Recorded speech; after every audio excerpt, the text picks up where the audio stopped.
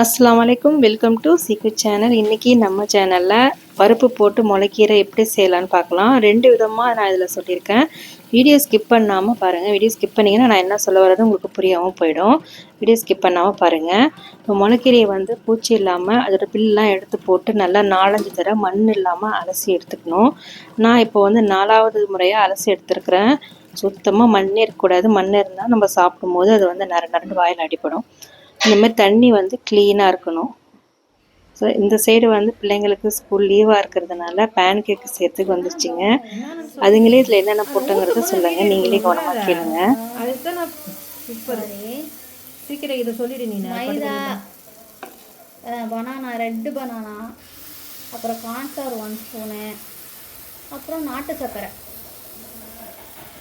சுகருக்கு ஏற்ற மாதிரி நாட்டு சர்க்கரை எவ்வளோ போட்டாலும் ஜீனி வராது. அதுக்கு பதிலாக ஒயிட் சுகர் கூட ஆட் பண்ணிக்கலாம். கொஞ்சம் ஹனி, 1 எக்கு, அவ்வளோதான். செஞ்சது தான் தெரியுது. அப்புறம் திருப்பி சுட்டு எடுக்கிறதுக்குள்ளே காணாம போயிடுச்சு. ஃபுல்லாக எனக்கு வீடியோ எடுக்க முடியல. அதை எங்களுக்கெலாம் வந்து கருப்பு கவுனி அரிசியில் வந்து கஞ்சி காய்ச்சிடணும். இந்த பிள்ளைங்க சாப்பிடவே இல்லை. ஆனால் செம்ம டேஸ்ட்டாக இருந்துச்சு. நைட்டே இதை அரிசியை ஊற வச்சிடணும். காலையில் எழுந்திரிச்சி மிக்சியில் உடச்சிட்டு அந்த தண்ணியை ஊற்றி அப்படியே வேக வச்சிடணும். வேக வைக்கும் போது 1 ஸ்பூன் வெந்தயம், 1 ஸ்பூன் ஜீரகம், ஒரு 4-5 பல் பூண்டு, கொஞ்சோண்டு உப்பு சேர்த்து வேக வச்சு எடுத்துக்கலாம். இதில் நீங்கள் தேங்காய் பால் சேர்த்திங்கன்னா அவ்வளோ டேஸ்ட்டாக இருக்கும். நாங்கள் அன்றைக்கி தேங்காய் பால் சேர்க்கல, சும்மா தான் சாப்பிட்டோம். இப்போ கீரை செய்கிறதுக்கு பருப்பு வந்து ஒரு 3 கைப்பிடி எடுத்துக்கோங்க. ஒரு கட்டு கீரைக்கு 3 கைப்பிடி அளவுக்கு பருப்பு கரெக்டாக இருக்கும். உங்களுக்கு இன்னும் கொஞ்சம் பருப்பு தேவைன்னா இன்னும் ஒரு பிடி சேர்த்து போட்டுக்கலாம். இது சும்மா ஒரு நார்மல் வாட்டரில் ஊற்றி நல்லா அலசி எடுத்து அந்த தண்ணியை வடிகட்டி வச்சுக்கோங்க. ஒரு கட்டு கீரைக்கு 2 பல் பூண்டு போதும்.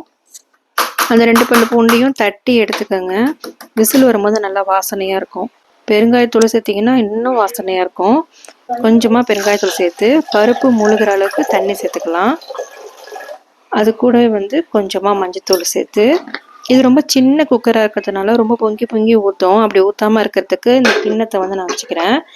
இப்போ மூடி போட்டு மேலே வந்து ஒரு வெயிட் கொடுத்துட்டு அடுப்பை ஆன் பண்ணி இப்போ நம்ம குக்கரை அடுப்பில் வச்சிடலாம். ஒரு 3 விசில் அப்படியே வேகமாக வந்துச்சுனாலே சூப்பராக அப்படியே குழஞ்சி வெந்து வந்துடும்.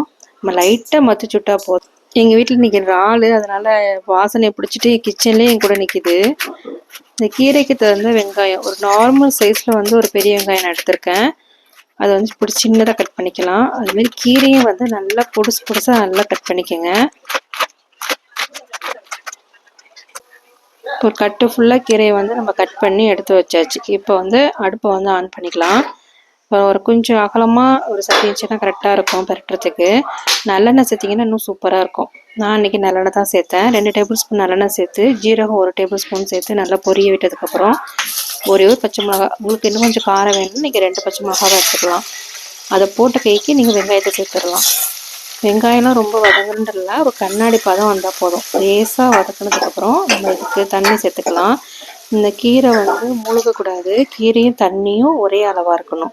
இப்போ குயிக்காக எப்படி செய்கிறதுன்னு சொல்கிறேன். இதே மெத்தடு தான். அப்படியே நீங்கள் வந்து குக்கரில் அப்படியே செஞ்சு கீரையும் அதிலே போட்டு ஒரு விசில் வச்சு அடுப்பை ஆஃப் பண்ணிவிட்டு விசில் வந்து எடுத்துடணும்.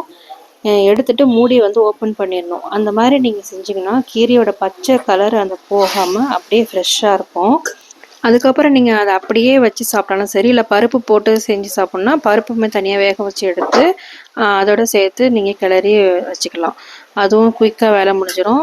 சில பேருக்கு விசில் விட்டு சாப்பிட்றது வந்து பிடிக்காது இல்லையா? இப்படி சாப்பிட்றவங்களுக்கு இந்த மாதிரி மெத்தடில் வந்து நல்லா ஈஸியாக சொல்லி கொடுத்துருக்கேன். இதையும் நீங்கள் ஃபாலோ பண்ணிக்கலாம். பருப்பு நல்லா வெந்துருச்சு. இப்போ தண்ணி பாருங்கள், மேலே ஊற்றவே இல்லை, அப்படியே உள்ளே அமுங்கியிருக்கு. பருப்பு நல்லா வெந்திருக்குது. இப்போ பருப்பு லைட்டாக ஒரு கடை கடைஞ்சாலே போதும், நல்லா வந்துடும். இப்போ கீரையும் தண்ணியும் ஒரே லெவல்லையே இருக்குது பாருங்கள். கீரையும் மேலே வரல, தண்ணியும் மேலே வரல. கீரை வெந்துருச்சான்னு பார்க்குறதுக்கு கீரையை பிச்சு பார்க்காம அதோட தண்டை வந்து பிச்சு பார்க்கணும். நல்லா வெந்திருக்குது. இப்போ இந்த ஸ்டேஜ்லேயே நம்ம பருப்பை சேர்த்துடலாம். ரொம்ப கொதிக்க விட்டிங்கன்னா கீரையோட கலர் மாறும். அப்புறம் சாப்பிட்றதுக்கு நமக்கு இன்ட்ரெஸ்ட் இருக்கலாமும் போயிடும். இப்போ நல்லா இதை ஒன்றோட ஒன்று நல்லா மிக்ஸ் பண்ணிக்கோங்க. இதில் நான் வந்து மஞ்சத்தூள் உப்பு சேர்த்துருக்கேன், அதை நான் உங்கள்கிட்ட சொல்லலை. ஃபைனலாக வந்து அடுப்பை ஆஃப் பண்ணிவிட்டு நெய் வந்து சேர்த்துக்கலாம். நெய் வாசனை பிடிக்குன்னா சேர்த்துக்கலாம். நீங்கள் எந்த விதமான கீரை செஞ்சாலும் கீரை அந்த பாத்திரத்துலேருந்து கீரையை வந்து வேறு பாத்திரத்துக்கு நீங்கள் மாற்றிக்கங்க. அந்த சட்டியோட ஹீட்லேயே வந்து கலர் மாறிடும். அதனால் அதுலேருந்து உடனே மாற்றிடுங்க எந்த கீரையாக இருந்தாலும்.